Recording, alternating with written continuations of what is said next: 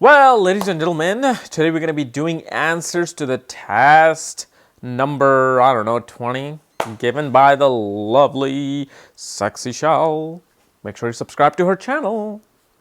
So, the answers to the question as to what the Mercury mahadasha will do in that person's chart, only given that we had that 3 planetary alignments. Just thinking that there's only 3 planets in our solar system and we have to survive our astrological analysis on that.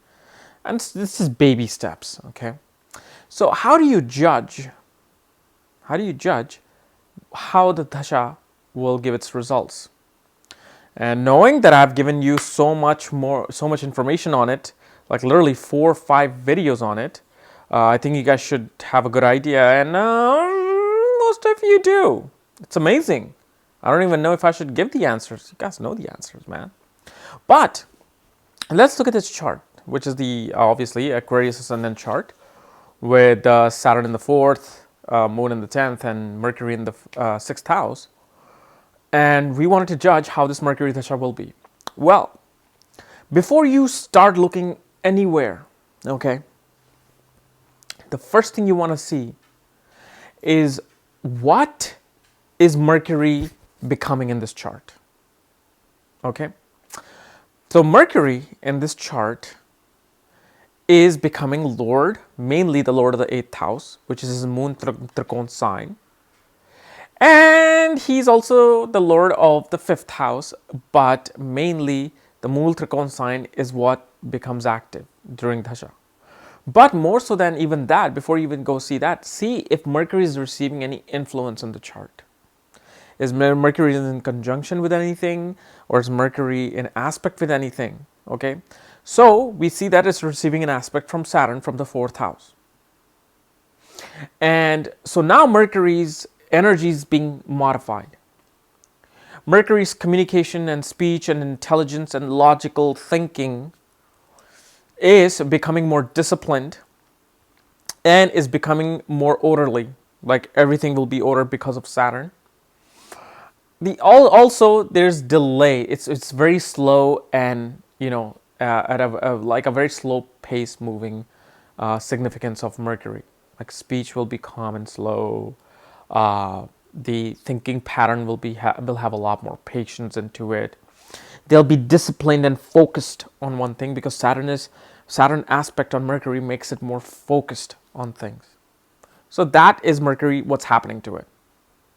Then you see that, okay, now it's Lord of the 8th house. That means his Mool Trikon sign is in the 8th house. He's becoming a functional malefic for this ascendant. Then you have to see this, that when dasha comes of a planet, in our case is Mercury, what will happen in this dasha, first of all, that Mercury will become the most brightest planet in this chart. It'll lit up like a light bulb. Then what will happen, that the house that it's placed in will lit up like a light bulb. Then what will happen is that the Mool Trikon sign of that particular planet, which in our case is Virgo in the 8th house, lights up like a light bulb. But that's not enough. Little bit, not too much, little bit of the 5th house becomes lit. Why? Because it's still a sign controlled by Mercury, yet it's not the main sign controlled by Mercury. Mercury doesn't think of Gemini. I'm talking of Gemini astrology, not Gemini as its main home. He thinks of Gemini as his vacation home. He owns it, but he's not there all the time. He doesn't really care to be there all the time. His main house is Virgo. So Mercury, the Gemini sign of the 5th house, lights up a little bit, not as bright. But there's another thing that will light up. Any planet sitting in the nakshatra of Mercury, that will light up as well. In our case, in the sign of Scorpio, where Moon is, there's a nakshatra called Jyeshtha nakshatra. So let's pretend that Moon is sitting in the nakshatra of Jyeshtha in Scorpio. That means Moon will light up. Wherever Moon is placed, it'll light up. So now that you know how things light up in the horoscope during dasha, now you make your assessment. First of all, what it's creating now is a yoga. It's creating a Vipreet Raj yoga, 8th house in the 6th house. Then you have to see if is this dasha really going to be good for me or bad for me? Well, for that, obviously, it's creating a Vipreet Raj yoga, meaning that sudden success, sudden change, sudden fluctuation of wealth. And it's happening in the sign of Cancer, meaning that whatever Mercury does in the 6th house, it'll be very emotionally related to it. He will think more emotionally than logically, but because of Saturn's aspect, those emotions are very orderly and structured. But where is Mercury's depositor? Mercury's depositor is the moon in the 10th house, debilitated. But let's say moon was not in the nakshatra of Jyeshtha. It wasn't the nakshatra of Mercury. Moon wouldn't be lit up. So that means if moon wasn't in the nakshatra of Jyeshtha, Mercury would have been weak, but maybe not as weak. But because sun lit up, the moon lit up, by being in the nakshatra of Mercury in the Mercury dasha, now debilitated moon is also active. That means his depositor is in the 10th house of career, debilitated, active with Mercury. So it shows a lot of oppositions from the in-law side, from the married life, and a lot of oppositions and enemies through work. Because you activated the 10th house where moon is sitting. And so this person will have a lot of strain, a lot of mental strain, a lot of fear and anxiety because of these two aspects of career and the things that are hidden from him, his in-laws, and just sudden things that are happening. Can it be accidents and surgeries? No, because we do not know where Mars is placed. Mars influence is seen for surgeries and for accidents.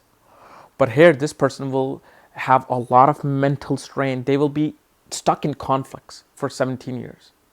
Whether it's work, whether it's personal life, they will be stuck into that conflict of dealing with just either fixing other people's problem or fixing their own problem. And because moon is lit up in the 10th house, they can also be demoted from the work. They can also be fired or laid off from work because a debilitated moon is a depositor of Mercury, making Mercury weak while it's also active along with Mercury. So it can show major ups and downs in careers. It can produce somebody who may suddenly get some psychological problem because Saturn is the natural malefic. So it's obviously going to throw off his natural significance, even though he's a friend of Mercury, even though he's in a good sign in a good house, but still he's throwing his significance off that. He's delaying the process of Mercury's significance in this house. Now, in this mahadasha of Mercury, a lot of the things that will come upon this native might actually be on self-doing. Why? Because moon is active, you have to see the nakshatra that moon is. Moon is sitting in the Jyeshtha nakshatra. And Jyeshtha nakshatra moon shows somebody who is ready to defend and ready to guard and ready to just sting at any given moment while their ego is just lost. Their ego, they cannot control their ego. It blows up over proportion. They're always on the defense. And this actually, Jyeshtha nakshatra moon can actually show physical fight and physical harm. So while the dasha lord is in the 6th house of dealing with enemies, and the 10th house moon is also activated with that, it can also show physical fights, getting into bar fights, getting into fights at work, physical fights. So they might have gotten into a fight, and through that, they got fired from their job. They got demoted. They got even, well, we don't know about the arrest because we really have to see the 12th house lord as well. But because of moon's nakshatra placement, it's activating that stinger. And not only that, Saturn aspects the moon. So just like we judged Mercury, what's happening before it got activated, it was receiving an aspect from Saturn. So not only moon is debilitated, it's receiving an aspect from his arch enemy, his harshest enemy, Saturn, making it even more stressful. And moon is sitting in a really difficult nakshatra of Jyeshtha, where it provokes physical violence, where it provokes deep, profound, really deep psychological issues in a person that can lead to over ballooning of the ego, or over proportioned ego of a person. So this is a really stressful placement that becomes for the moon, which is now obviously lit up in this person's chart. Now, you guys might also be thinking that, well, he has a Vipreet Raj Yoga. Well, guess what? Vipreet Raj Yoga may not really always come to fruition, because a lot of things that go into this, like looking at the nakshatra lord or the depositor of where Mercury is placed. Mercury's depositor is debilitated in a very tough nakshatra. So the Vipreet Raj Yoga is really going to be difficult to see. It will come, but it will be so little that this person will think, I just didn't even feel this yoga. Even if they conquered a lot of debt and diseases upon themselves and they got laid off from work, maybe they will get a job, but they may not be able to pay those debts off and get rid of their diseases during the thing, and they will feel like, okay, I got a job, but where's my Vipreet Raj Yoga, the sudden rise? Well, sudden rise wasn't such bright of a rise because of all the things that are happening in this chart. They will have debts because of their in-laws. They can have debts because of career. Maybe they thought that, okay, I got demoted and maybe I need to learn more to get promotion. So they get loan for education and they go get their master's degree. But even that doesn't help because moon is still debilitated and it's active, it's alive. And it shows then conflicts with the mother as well, because moon is debilitated, active in that dasha. So your mom can cause problems for you. Maybe your mom, maybe she's not causing problems, she got ill. So now you have to take care of her. By taking care of her, you took debt. And you put so much time into taking care of your mother, your career suffered, your family life with your wife suffered. Okay, so that's how you see that you will judge this dasha, that it will initially be a very stressful period, but they will eventually come out of it. But obviously, they're not going to come out of it just in Saturn Antardasha, because remember, originally there's so many planets out there that will come in, where they're placed, what influence they're having. So we will get into the complexity of what if Mars is looking at it, what's happening in the D9 chart. You also have to judge that thing from D9 chart. You put Mercury in the ascendant, because that will become the initial part of the life, and you'll see it from the moon as well, the moon placement as well. And so doing all these three things will even give a much better result. We will discuss later, but this is just baby steps by baby steps as to how exactly you will judge these things. Okay, so guys, this is my little analysis of the dasha and how to judge it. We will discuss advanced stuff later. So if you're new to my channel, subscribe below, above, wherever you see the subscribe button. And if you want to know what dasha you're running through, check out the link below. Check out my book, The Astrology at the Speed of Light. And when you get the book, I will send you the link to look at your own chart. Otherwise, I'll see you tomorrow with Moon in the Leo sign. Hey, what's up, all you chaos lovers? So make sure you rate, comment, and subscribe to my channel. And please share my channel with all your family and friends who are in love with astrology, because I'm the man when it comes to astrology, okay? So make sure you do that, and I will see you tomorrow with another cool new video, okay?